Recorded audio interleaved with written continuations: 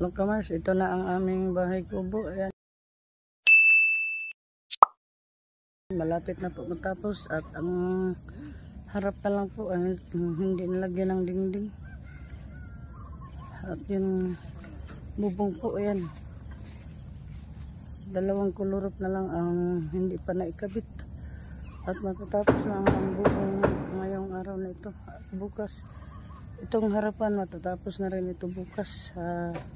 Paglagay ng dingding. Amangkan lang po ang dingding na nilalagay namin.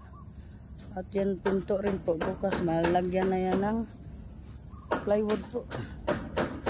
At yung bitana, malagyan na rin yan ng jealousy. Yan po, may bubong na siya. Yan kami tutuloy pag matapos na yan.